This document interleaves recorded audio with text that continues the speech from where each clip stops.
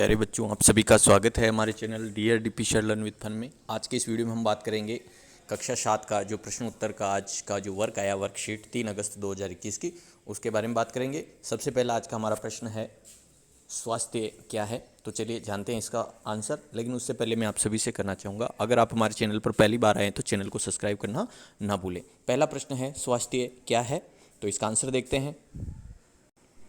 तो देखिए, पहला जो प्रश्न है उसका आंसर है स्वास्थ्य का अर्थ है हमारा बीमारियों और चोट आदि से मुक्त रहना।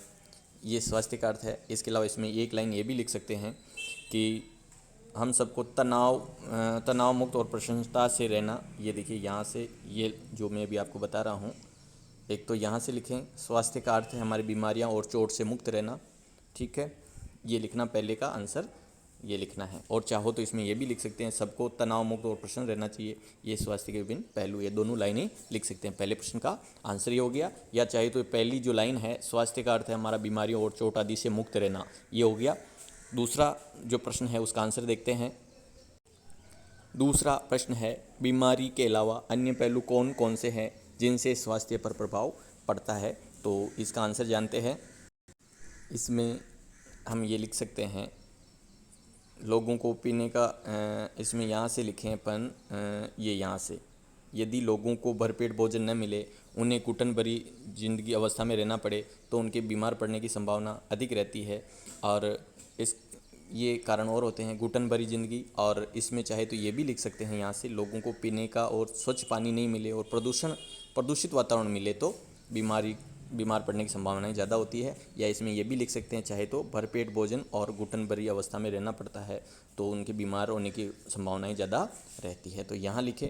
और इसमें चाहे तो ये भी जोड़ सकते हैं कि स्वच्छ पानी, अगर अस्वच्छ पानी मिलता है और प्रदूषण युक्त वातावरण मिलता है तो बीमार पड़ने की संभावना ज़्यादा होती है। तो ये दोनों लाइनें आप लिख सकते हैं।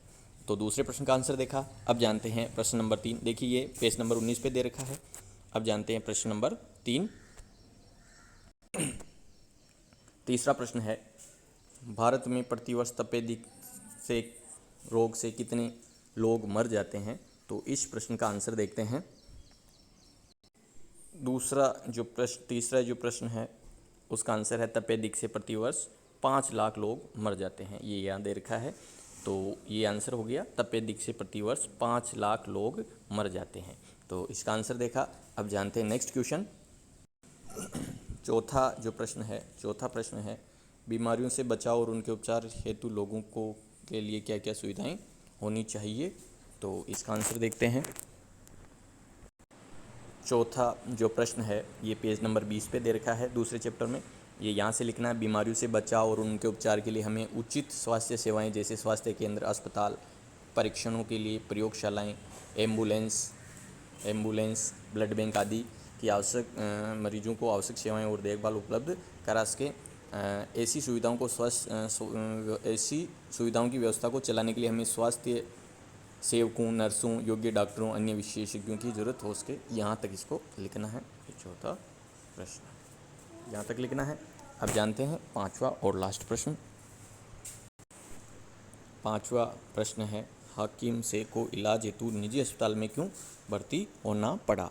तो इसका आंसर है, पांचवा लास्ट प्रश्न है हाकिम से को निजी अस्पताल में क्यों भर्ती होना पड़ा। तो ये यहाँ लिखा गया है उन्हें दिल्ली के एक सरकारी अस्पताल ले जाया गया, लेकिन उन्हें भर्ती करने से मना कर दिया क्योंकि वहाँ कोई बिस्तर खाली नहीं था, दूसरे अस्पतालों में आवश्यक सुविधाएं या उनके इलाज के लिए ज़रूरी विशेषज्ञ नहीं थे। इस प्रकार गंभीर हालत में उन्हें 14 घंटे के अंदर 8 सरकारी अस्पतालों में ले जाया गया, किंतु किसी में भी उन्हें भर्ती नहीं किया गया। अंत में उन्हें एक निजी अस्पताल में भर्ती कराया गया जहाँ उनका इलाज किया गया।